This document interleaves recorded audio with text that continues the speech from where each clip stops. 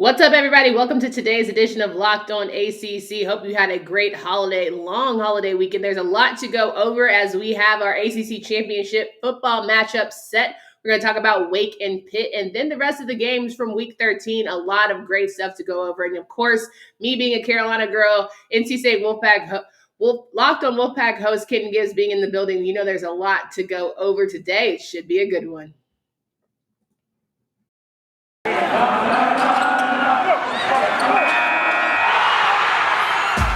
Locked On ACC, your daily podcast on the Atlantic Coast Conference. Part of the Locked On Podcast Network, your team every day.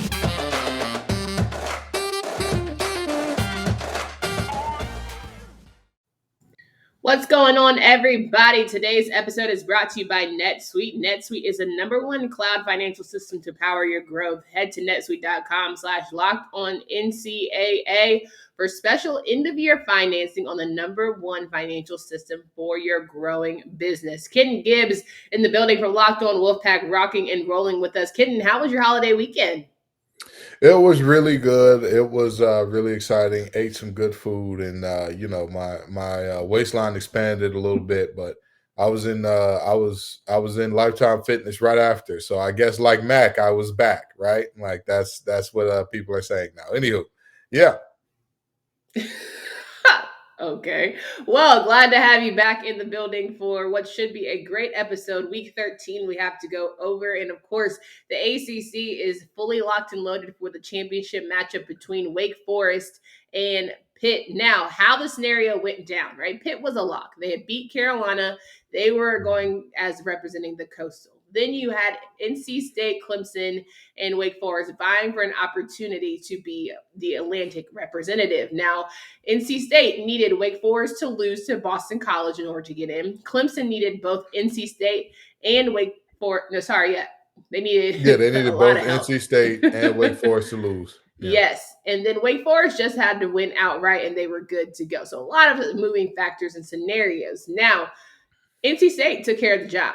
They did what they had to do by beating North Carolina, so Clemson was eliminated. We haven't seen Clemson not in an ACC final in many years, but Wake Forest said, not so fast. We're just going to go ahead and take care of business in Chestnut Hill, beating Boston College 41-10, eliminating the Wolfpack. Now, how can we start this? Let's start with the two people who are in this bad boy, Wake Forest and Pittsburgh. Pittsburgh played Syracuse. Wasn't even close, 31-14. Syracuse got a lot of questions to ask themselves this offseason, but this matchup seems like it'll be a pretty exciting offensive showdown, if I do say so myself. How are you feeling about it? You know, people keep saying pound the over, whatever the under-over is, pound the over. I'm pretty sure the over for that game is going to be like 115, maybe something crazy like 110, 115. So I don't know about that. I'm not so sure that both of these teams are just going to light it up like the 4th of July to the tune of 60-55 or something crazy like that. But with that being said, these are two teams that have earned it. These are two teams that have done what they need to do all season. These are two teams that are the embodiment of the craziness that came out of both of their divisions. I mean, you have a Pitt team that has shown all season they can score points. Mario Addison is 7-Eleven. He's going to be open 24/7. Don't matter what the time is, what the weather Addison? is. Jordan Addison. I apologize. Jordan Addison has shown he is the man is 24/7. He is open at all times of the day and night. There is nothing you can do with him. You cannot hope to stop him, only contain him. Kenny Pickett has been very, very good as well. They've done many a thing well. They've looked very good all year, and even though they've had some games where their defense just was like, hey, we're not going to show up, have fun trying to win without us, they've still overcome that in most games. So that's impressive. And then on Wake's side, they've taken care of business. That's what the Atlantic was about this year, and that's what they did. It wasn't about style points. It wasn't about flash. It wasn't about beating teams by 1,000. It wasn't even about beating the really good teams. It's just beat who's in front of you. And they did that. They did that at a rate that nobody else in the Atlantic could do this year. And voila, you get what you get. You have an ACC championship where we're going to be watching Jordan Addison and long meshes all night long. No doubt. Goes down 8 p.m. Eastern time, December 4th, which is this Saturday in Charlotte at Bank of America Stadium. People were honestly saying that it's not going to be full. Like the stadium's not going to be full. It's not going to be, crowded nicely. I think that like at the end of the day, when your team is newly coming to an ACC championship that they haven't done in a while, why wouldn't you pack it out? I don't want to be this guy, and I'm that gonna guy. have to say it. I'm gonna have to say it because Pitt fans already jumped down my throat. But I guess I'm gonna have the other side. The whole ACC championship game gonna hate me. Does Wake Forest have enough fans to like pack out? What is it? The Bank of America Stadium? Yeah, I don't think it's going to be, a full house, but I definitely think they're going to be well represented. Well, yeah, it's a difference between well represented and packed out. Now, well represented, I agree. If every team in the ACC, not named Clemson, if your team goes, everybody who's ever graduated, everybody who's ever went, if you went to grad school, show your tail up.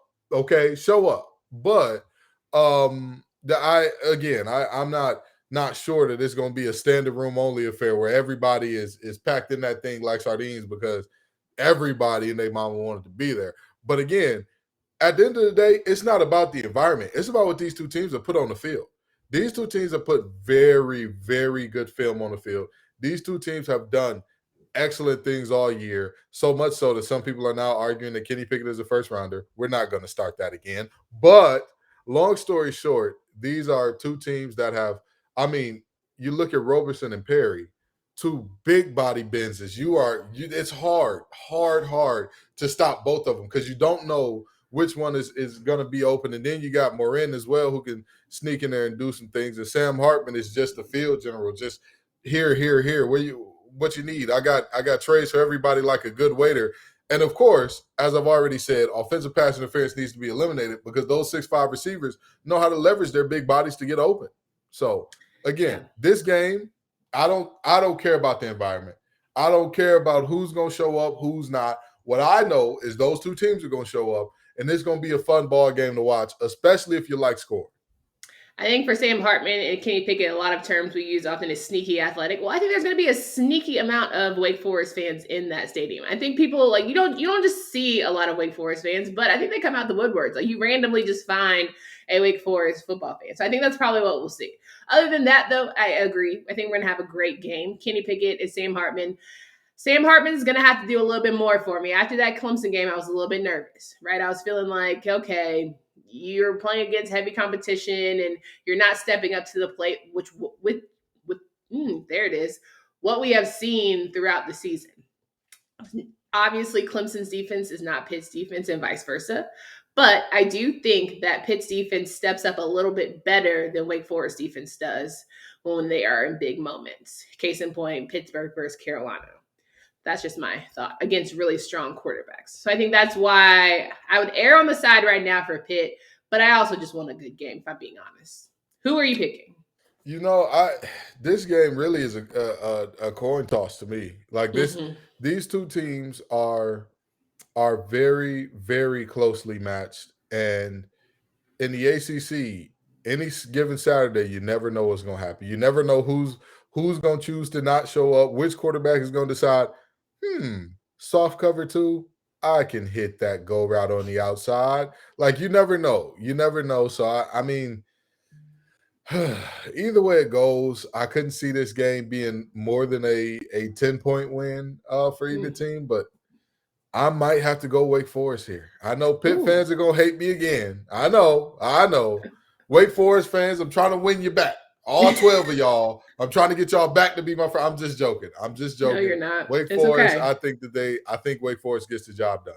Well, we'll have a couple of interviews from different experts from both sides throughout this week, so get excited for that. I will be in the building in Charlotte on Saturday, so I'm really, really pumped to give you that coverage. But I do want to shift gears a bit and go over the rest of the Week 13 games, because while we figure out who our champions may be, we do have to talk about how the rest of the conference fared. And of course, listen, there were some great games out of that bad boy Virginia Tech, NC State, Carolina. Rivalry week definitely delivered. But first, college football fanatics, we know the season is coming to a close, but we still have a couple games left on the year. That's why you should try PrizePicks. It's a daily fantasy made easy. It's the leader in college sports daily fantasy and offers more college football props than anyone in the world. PrizePicks offers any prop you can think of, from yardage to touchdown, even interceptions thrown.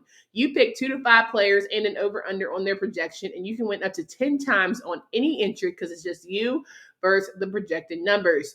Use promo code LOCKED ON and deposit. You can receive 100% instant deposit match up to $100. Entries can be made in 60 seconds or less. Yes, it's that easy. PrizePicks is safe and offers fast withdrawals. Don't hesitate. Check out PrizePicks.com. Use promo code LOCKED ON or go to your app store and download today. PrizePicks, again, daily fantasy made easy. We're wrapping with Kenton, Gibbs here from Locked On Wolfpack. And of course, week 13 definitely did not disappoint. Let's start with that Friday matchup. Your belly's full from Thanksgiving. You're ready to rock and roll. You're thinking you're going to see some Black Friday sales, but no, you got a great football game going down in Raleigh, North Carolina. The North Carolina Tar Heels took on the NC State Wolfpack, and boy, was it a game of who could piss down their leg the least. And it ended up being NC State. But I will say, I was talking about this in the weight room with my workout early Monday morning, and it was very on brand for both teams. One just crapped the bed a little bit more than the other, in my opinion.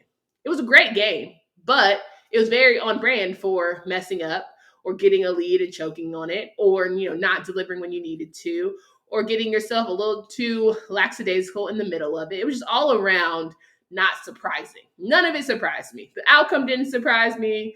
But I will say, as much as NC State people are going to be like hard up on Carolina, you should have beat them. You absolutely should have beat UNC, in my opinion. Mac Brown, on this show, we did not pick you. You cannot blame this part of the media, big dog. You cannot blame us for this loss. Let's start there. Right. My friend Matt, let's start there, okay? You're not my friend. I don't know you, but it would be nice if you were to come on the show. It'd be great. But anywho, so with that being said, this game was a game in which we had talked all year of NC State's defense was. And today, UNC rushed for 320 yards. I don't count sack yards in rushing yards. I just don't. I don't care if the NCAA does it. I don't. They rushed for 320 yards. And you look at where a lot of those yards came. At the end of the day, it was right through the heart of defense. Well, you're missing your starting nose tackle. You're missing your starting Mike. You're missing your starting Will. I mean, at some point in time, that attrition starts to take its place. It starts to show.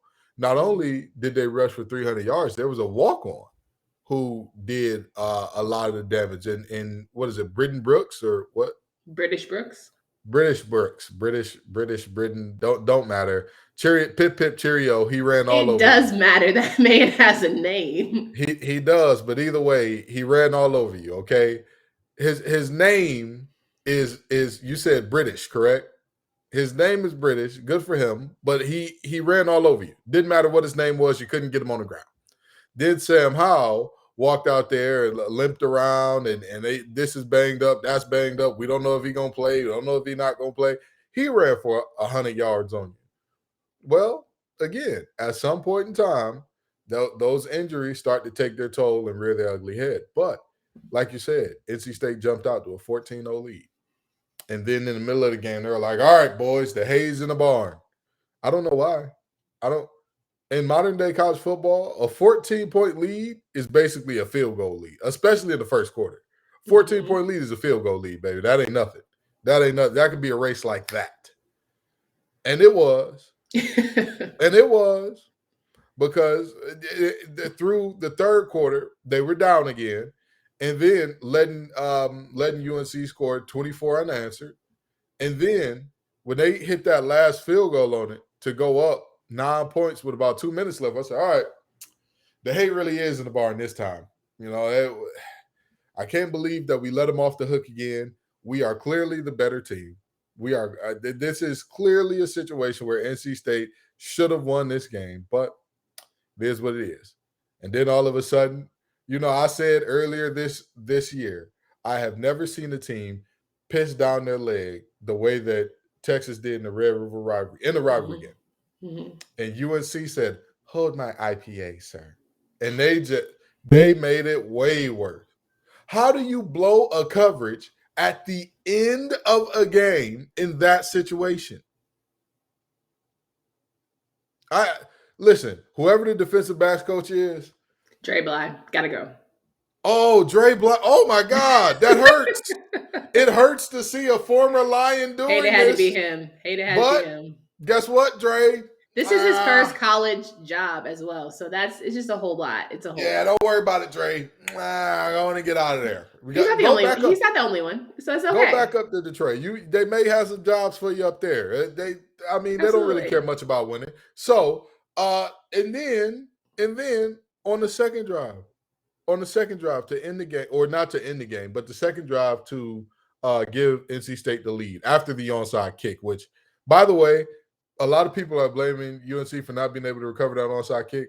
That was a really well executed onside kick. It's okay to say someone did a good job at something. I hate when people just be like, oh, well, they're Pittsburgh. No, that was well done. Especially, look at what happened in the NFL with the Rams onside kick. Look what happened with Florida State's onside kick. Okay. Chris Dunn may not be able to hit a field goal these days, but he can hit an onside kick, baby. Let me tell you something. But you know what it reminded me of? It reminded me of that Falcons-Cowboy game when it was like the Cowboys, was it the Falcons that just watched the ball and then someone in the Cowboys ended up recovering it? You remember that game last season? Yeah. Mm-hmm. And it was almost like UNC did the same, like, I can't believe this is happening kind of moment. And it's like, oh, I now have to deliver. But, I mean, listen, shout out to Emeka Emezi. Shout out to, the run game for figuring it out, right? Emeka's last 2 catches in the Carter, both touchdowns of over 20 yards. It had to be him. Yeah. It had to be. NC State's all-time leading receiver as far as receptions go. And he's also blown it in big moments, so it's almost like very fitting. Like it come to roost a little bit. Say what now? He hasn't blown? Okay. No. Okay. Listen. I'll say this. The receiving corps as a whole has, in some very big moments, said, I don't really feel like catching it. Emeka? I don't know about that. Okay. But I'll look it up for you I'll have it for you next Monday. I will say this. At the end of the day, this was a storybook ending for that. And again, Sam Howell's last regular season college pass was an interception in the Carter. What a great time. Man, what a time. That made it feel better for you, but at the end of the day, I was happy that Wake Forest handled the job. So as much junk as they were talking, cheering for the Eagles the next day, Boston College, it was honestly fine for me that they still weren't able to go in the ACC Championship. That's rivalry me coming out, right? So that's all right, because like I said of NC State on Locked On Wolfpack, and like I've said here, you were in the driver's seat. You had your hands on the wheel, and you decided you want the passenger seat pimp. Well, you know the problem with passenger seat pimping. You could be talking to the prettiest woman in the world, the most handsome man in the world, the richest man in the world, the richest woman in the world, just whatever you want, however you want your partner to be. You could be talking to the best one in the world. Well, guess what? When that driver decides to leave, ain't nothing you can do about it. You're asking for help. As opposed to if you're in the driver's seat, the car ain't going nowhere till you say it go. You were hoping against hope that Boston College was able to pull off something that we had not seen. A miracle. Exactly. We were hoping for them to pull out a miracle, but that's how it goes. And of course, in Chestnut Hill somehow, the exact same play with A.T. Perry happens that has happened for 4 weeks in a row and has only been called once in Clemson. It happens again, and the refs do nothing. ACC Championship may come down to, will the refs call offensive pass interference in that moment where A.T. Perry's like, hey, I'm 6'5", you're not 6'5", move. It may come down to that. Absolutely agree. All right, we got other games that we want to go over. Make sure that we hit all of the Week 13 matchups. But first, I want to remind you guys about NetSuite, because this is it. The putt to win the tournament. If you sink it, the championship is yours. But on your backswing, your hat falls over your eyes. Is this how you're running your business? Poor visibility because you're still relying on spreadsheets and outdated finance software. To see the full picture, you need to upgrade to NetSuite by Oracle. NetSuite is the #1 financial system to power your growth with visibility and control of your financials, inventory, HR planning, budget, and more. With NetSuite, you can automate your processes and close your books in no time while staying well ahead of your competition. Over 27,000 businesses already use NetSuite, and right now through the end of the year, NetSuite is offering a one-of-a-kind financing program to those ready to upgrade at netsuite.com/lockedonncaa. So again, head to netsuite.com/lockedonncaa for special end-of-year financing from the #1 financial system for growing businesses. And after you do that, it's here. It's Cyber Monday, best Monday of the year, if I do say so myself. And Built.com is the place to aim your mouse. Get at least 20% off everything delicious and healthy. That's 20% off site-wide. And even bigger discounts on Built Boost broth and Built Swag. A brand new Built Bar flavor has just landed in time for Cyber Monday, Caramel Almond Delight. And it delivers everything it promises. Caramelized chocolate, check. Almonds, check. Delightful, double check. Be sure to get yours before they're gone. And this season, maybe you're craving white chocolate. I know I am. For a limited time, get a special new Built Bar Puffs flavor. We have some at the house. Actually delicious. White chocolate cheesecake, the yummy protein treat filled with marshmallowy center, covered in white chocolate. 'Tis the season to save and to give your taste buds the gift of Built Bar. Get to Built.com and for these incredible tasting bars and 20% off everything, head to Built.com, enter code LOCKED20 before it's too late. Wrapping up here with Kenton Gibbs of Locked On ACC. And of course, we have to go over these Week 13 games. Rivalry week was one to remember. Started out very hot, but then you fizzle with Georgia Tech, 45-0. We don't have to spend more than 5 seconds talking about this. There has obviously already been some coaching changes going on at Georgia Tech, but I will say shout out to the Locked On Podcast Network for adding Bryce Kuhn, who will now be the new host of the Locked On Yellow Jackets podcast. So he'll be covering Georgia Tech. So if you're joining the fun here at Locked On ACC, we've added a new player to the mix. Super excited about that. So hopefully we'll have some good ACC hoops coverage as that season kicks off. Georgia Tech, what we got going on? I mean, I don't know why people are upset with Georgia Tech. Who has Georgia played close all year? They've demolished everything in their path. I'm pretty sure this SEC championship against Bama is going to be the worst that we've seen Bama get beaten sometime. I would be shocked and appalled if Bama kept it within 2 touchdowns. I would literally be like, wow, that Nick Saban truly is the undisputed, undeniable. He is the GOAT of GOATs because that Georgia team, top to bottom. I'm sorry. I know this is an ACC show. We're supposed to talk about Georgia Tech. But that Georgia Tech team was outclassed, as is anybody going against Georgia this year. So, that's how it is and what it be. Wake Forest taking down Boston College, as we mentioned, 41-10. Florida State coming up short against Florida. It was a great game for a little bit until it wasn't. I believe that Florida State was one of Florida's only 2 wins against Power 5 teams. Florida State, you ought to be embarrassed. Okay? It did keep Florida State out of going to a bowl game. It did allow Florida to go to a bowl game, so it's a little bit stressful. It always sucks when your rival gets to get a little extra treat out of your win and loss. Oh, look at that, Norvell. Missing the bowl again, huh? Ooh, man, if only Florida State had some money to buy somebody out. Never mind. We ain't going to go there. We ain't going to talk about that right now. Yeah, Miami and Duke, 47-10, as we had mentioned on our Twitter at Locked On ACC. Coach Cut and the Duke Blue Devils have agreed to a separation. So we always talk about terms. It wasn't fired. He's not retiring. It's a separation. The man was fired, okay?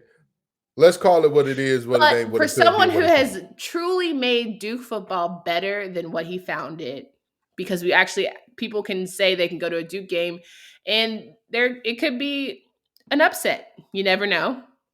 But that wasn't always the case. But to say that Duke fires him, this is what I don't understand about this firing. Mm-hmm. Duke, who do y'all think y'all are? Like, serious question. So who do they think they're going to get after this? Yes. Again, I say it all the time. You're only as loyal as your options give you. The dating scene dictates what goes on for a vast majority of people. Okay? Now, when we're looking at Duke, who in that dating scene wants you? Who? Somebody who wants to build their resume, go to a Power 5 school and continue Cutcliffe's regime of making it better than where they found it. TCU was open this offseason. Oklahoma just opened this offseason. You're going to have a bunch of everybody can't go there. Everybody can't go to these top ones, and that's okay. I agree, but you're going to have a bunch of other schools that are opening up this season. And AC Price, Virginia Tech should no longer be open, but we're going to talk about that in just a few. But I also think that everybody assumes that they can get the top job, and that's not the case. But can you grow and make something better with insurmountable circumstances? Like, this is going to be difficult. And if you do something with it, that speaks highly to who you are as a coach. I agree. But for the most part, nobody can do that. And even if they can, guess what happens? How long was James Franklin down at Vanderbilt? 2 years? 3 years. Oh, okay. Yeah. All right. So we all know Duke is a resume builder. That's not a landing spot. But that's the thing. For Cut, is it a resume builder? No. He wanted to retire out of that thing. And he is. To retire out of that. He about to. What are you talking about? Oh, Cut is going to he's going to go somewhere else. He's going to get another job. As a head coach? I'm not sure as a head coach. But Cut is going to coach some football until he decides, all right, he's going to be an advisor. He's going to be an advisor. He might be an advisor. But you know what? Again, Duke, this is a bad look. I don't care how bad Cut You wanted them to keep him? Absolutely. Wow. Cut, again, the fact that anybody, including a group of 5 team, is celebrating beating Duke, the fact that anybody is doing that should show you how far Cut has bought this team. He did not win an ACC game this entire season. The ACC was really good this year, top to bottom. Hold on. Let's talk about this for a second. Let's talk about this just for a quick second. We gotta get to the rest of these games. But before we do, can I just say one more thing? One thing. How many times have we seen in ACC that from the top team all the way, the top 2 teams, all the way down through like team 7, 8, you literally had no clue who was going to win week in and week out. But that's because they stink. That's not because it was quality. But again, at some point in time, we got to admit that teams are just better. Teams are just better. Okay, so, nope. So wait a minute. No, that was your one thing. That was your one thing. All right. We had to run it back in another episode. I got to get through the rest of these games. Virginia Tech and Virginia. 29-24 Virginia Tech. You think that Mr. Price deserves that head coaching job? A lot of people like to talk about, I'd run through a wall for this head coach based on long, drawn-out speeches. I'm not a long, drawn-out speech lover from coaches. That's just not who I am. That man was almost in tears after the game. And when they asked him why this game is so important to you, or how do you feel winning this game, he said, this is everything. This is everything. This is my school. This is home. Virginia Tech, don't play around. Don't get cute. Don't outthink yourself. That's your coach. That's your ball coach. Shut it down. For them to beat Virginia again, impressive. Again, anytime Virginia Tech wins with Braxton Burmeister at the wheel, I am, Kenton. All right. Pittsburgh, Syracuse, 31-14. Clemson took it to the house against South Carolina, 30-0. Kentucky whooped the wheels off Louisville, 52-21. And that's all the games that we covered. Please give me your final thoughts on anything you want to touch and agree upon before we close. Earlier in the season, I was much on the Dino probably needs to go train. I was. I ain't gonna lie to you. I was on the Dino needs to go train because they lost games not because of lack of talent, not because of lack of effort, not because of lack of execution. They lost games directly because of his mismanagement of the clock or things along those lines. Sure. However, Syracuse football has circled the wagons. They have found a way. Are they bowl eligible? I'm not sure if they are. Okay. Just barely missed bowl eligibility. But after what they started like, I'm like, hey, this is Dino, go in and pack your bags, dog. I'm not sure if they keep him or not. I'm not sure. But he's helped this case down the stretch. He's helped this case because there was a point in this season where I'm like, all right, bro, 2 of these games are directly on you. Like you can't live like that. All the rest of the games, Louisville, I mean, you pretty much saw that coming. I'm sorry. Kentucky is they're a better team. They were highly ranked at one point in time this season, rightfully so.